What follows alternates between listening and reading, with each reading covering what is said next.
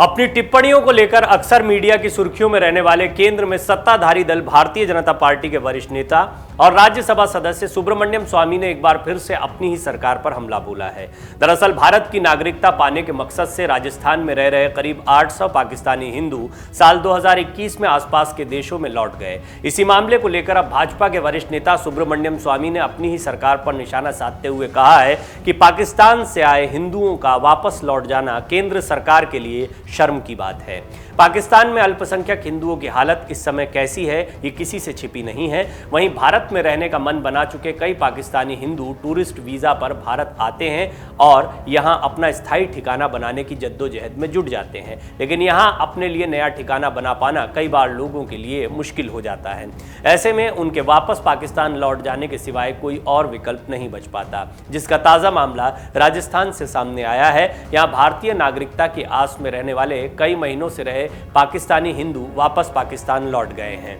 दरअसल भारत में पाकिस्तानी अल्पसंख्यक प्रवासियों के हक की आवाज उठाने वाली संस्था सीमांत लोक संगठन ने दावा किया है कि भारत की नागरिकता पाने के मकसद से राजस्थान में रह रहे करीब 800 पाकिस्तानी हिंदू साल 2021 में आसपास के देशों में लौट गए।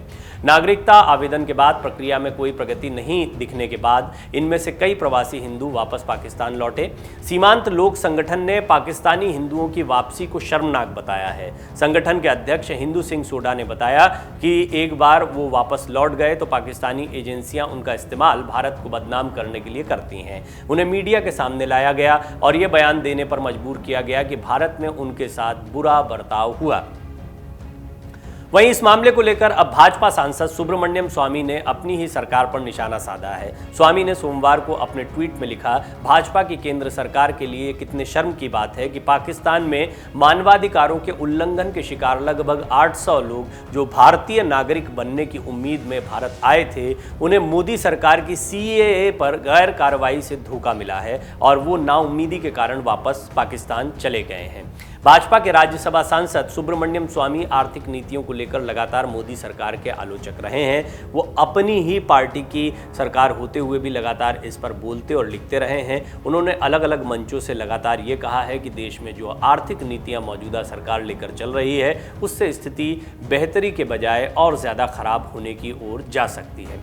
गौरतलब है कि गृह मंत्रालय ने साल 2018 में नागरिकता आवेदन की ऑनलाइन प्रक्रिया शुरू की थी। मंत्रालय ने 7 राज्यों में 16 कलेक्टरों को भी ये जिम्मेदारी दी थी कि वो पाकिस्तान, अफगानिस्तान और बांग्लादेश से आए हिंदू, ईसाई, सिख, पारसी, जैन और बौद्धों को नागरिकता देने के लिए ऑनलाइन आवेदन स्वीकार करें।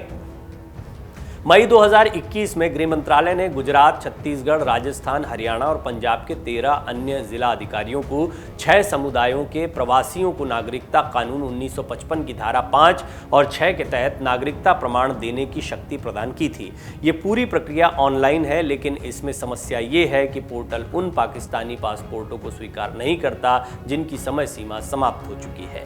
शरणार्थियों को अपना पासपोर्ट रिन्यू कराने के लिए देश की राजधानी दिल्ली स्थित पाकिस्तानी उच्चायोग जाना होता है, जहां उनसे पासपोर्ट के रिन्यू कराने के एवज में काफी पैसे मांगे जाते हैं। ऐसे में अगर 8 से 10 लोगों का परिवार होता है तो पासपोर्ट को रिन्यू कराने के लिए पाकिस्तानी उच्चायोग उनसे 80,000 से 1 लाख रुपए तक की मांग करता है।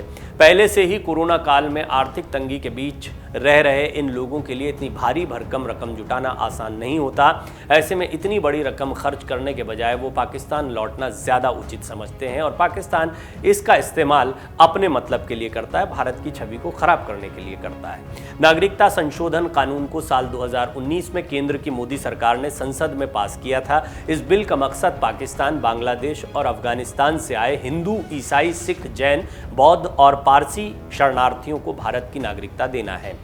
इन 6 समुदायों में मुस्लिम समुदाय को शामिल नहीं किए जाने पर कई राजनीतिक पार्टियों ने इसका विरोध भी किया था, लेकिन 800 हिंदुओं का वापस पाकिस्तान लौटना अब सुब्रमण्यम स्वामी एक बड़ा मुद्दा बना रहे हैं, वो भी अपनी ही पार्टी के खिलाफ। हालांकि कुछ लोग, कुछ आलोचक, कुछ विश्लेषक इसे इस नज़रिए से भी देखते हैं कि जैसे जैसे राज्यसभा की सेवाएं समाप्त होने का या राज्यसभा में अपना समय खत्म होने का समय आता है, तब इस तरह की बयानबाजी कई राजनेता अपनी पार्टियों के खिलाफ करते दिखाई देते हैं और अब राज्यसभा में एक बार फिर चुनाव होना है। देखना होगा कि सुब्रमण्यम स्वामी की इन बातों को कितनी गंभीरता से सरकार लेती है और खुद सुब्रमण्यम स्वामी इस मुद्दे को कितना आगे बढ़ाते हैं। डाउनलोड करें अमर उजाला ऐप और पाएं खबरें लगातार। अगर आप ये वीडियो YouTube पर देख रहे हैं तो हमारे चैनल को सब्सक्राइब करें और बेल आइकन को दबाना ना भूलें। अगर आप Facebook पर ये वीडियो देख रहे हैं तो हमारे पेज को लाइक करें।